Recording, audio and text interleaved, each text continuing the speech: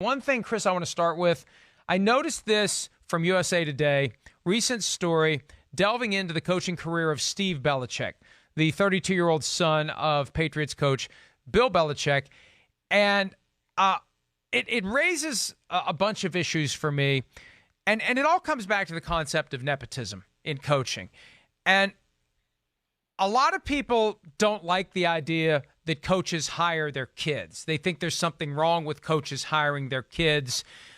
As a general proposition, do you have an issue with coaches exercising their prerogative as they fill out a staff to give a job to one of their kids, or as a favor to a buddy who coaches another team, that guy's kids?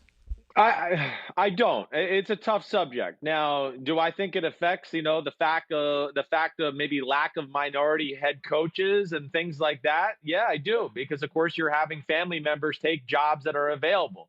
But, it is for the most part, the family business for a lot of these coaches and their sons, if they do have an interest in football, to where this is all they eat, just think about, eat, live, breathe every day is football, football, football. And we see it in a lot of other walks of life, whether a guy was, hey, this guy's successful on Wall Street. Oh, his dad worked on Wall Street. Or this guy's a good doctor. Oh, his dad was a doctor. I mean, that happens in everyday life. I have more issues with, oh, why, I saw this when I was in the NFL, hey, how did you get this job in the front office? Oh, my dad's the owner's lawyer, or my dad's the owner's doctor. I have more issues with those people than I do family members. Family members, I can understand.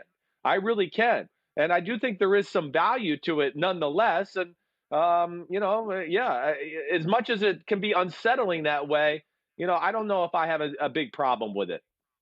I think it happens for three reasons. First, because so many of these teams are family-owned businesses where there's grooming of the next generation to eventually take over, and involvement by the next generation and other relatives.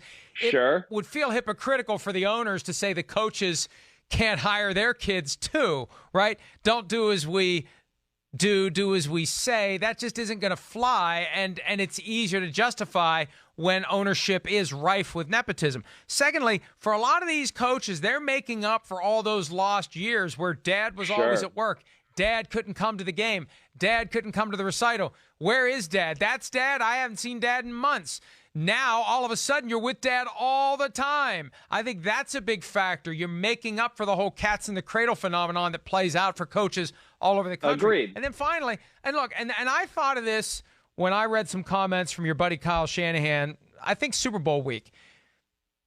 When you have been a coach's kid, you bring to the table a valuable skill set and experience. Definitely. You're not freaked out by it. You've been around it your whole life. There's nothing about it that's too big for you. It's the Patrick Mahomes dynamic. Why is he so calm, cool, and collected? Because he's been in clubhouses, Major League Baseball his whole life. It's not too big for him. I think that is a huge value that takes it apart from nepotism.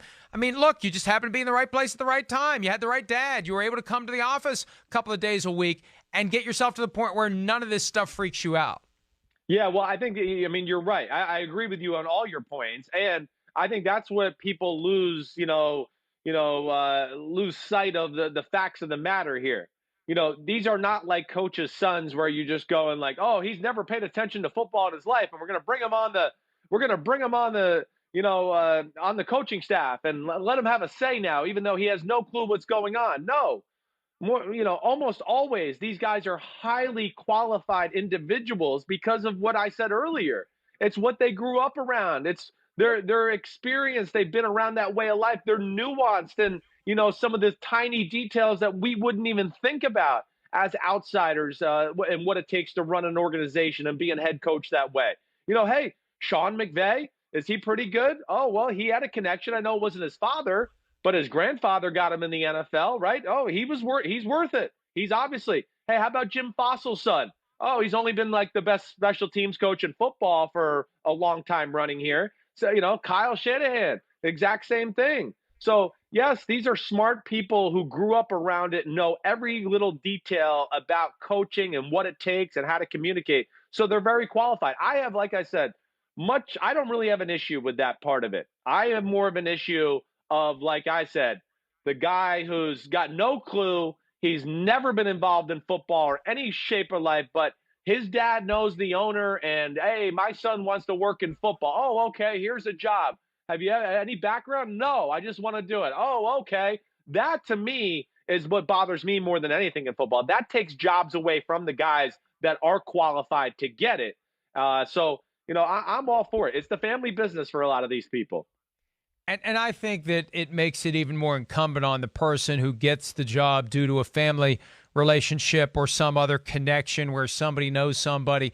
You got to come in and bust your ass. It's going to be glaring when you're somebody who got it in the unconventional manner based upon who they know, not what they know. You got to come in and show what you know and what you can do, or you're not going to be there for very long. And when you are there, you're going to be the one that everybody else resents and doesn't fit. Because, yeah, we know why Steve's here. Steve's here because Dad's the head coach, but Steve doesn't know a damn thing of what he's doing. Now, as it relates to Steve Belichick and the article that we wrote about it, and I encourage you to read our article and read the original article at USA Today, he clearly has the chops. He clearly is on the fast track. He clearly has the DNA and the work ethic and everything to be another Bill Belichick, and before too long, Bill will be retired, and Steve will be the one competing for Super Bowl championships, Chris.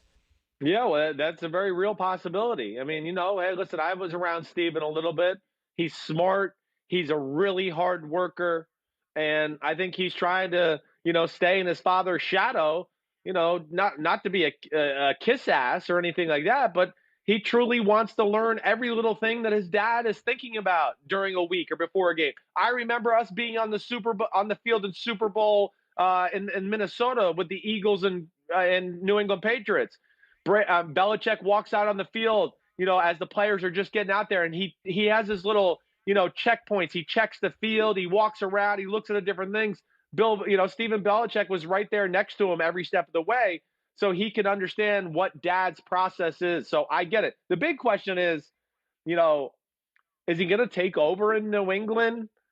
Does he need to go somewhere else? Like a Kyle Shanahan went somewhere else and proved himself as one of the best offensive coordinators in football with the Houston Texans. Then he went and worked for his dad with the Washington Redskins. This one's a little different. And, I guess in my heart of hearts, I almost want to say I wish Stephen Belichick would go somewhere else at some point to just show everybody his worth and how good he really is. Or he just hangs around until Bill retires and he takes over. I mean, this was the first year I started to get a sense that maybe Steve's the one who takes over for Bill, not Josh McDaniels. Did you get that sense this year? I definitely feel like that's why Josh McDaniels got into the head coach coaching conversation, that maybe he saw a little bit of the writing on the wall there that, Steve Belichick is rising up the ranks and I might, be the one left without a seat here. Added to the fact that, I think there's a number of people in football that look at it right now and think that Belichick kind of screwed over Josh McDaniels in the coaching hirings this year anyways, making him stay in the building, didn't let him go down to Carolina and interview, right? Never got a chance to interview with the New York Giants. So, those are things I look at too and go, man, how could Josh be real happy with Bill Belichick at this point right now? And I think that would even favor Stephen Belichick even more.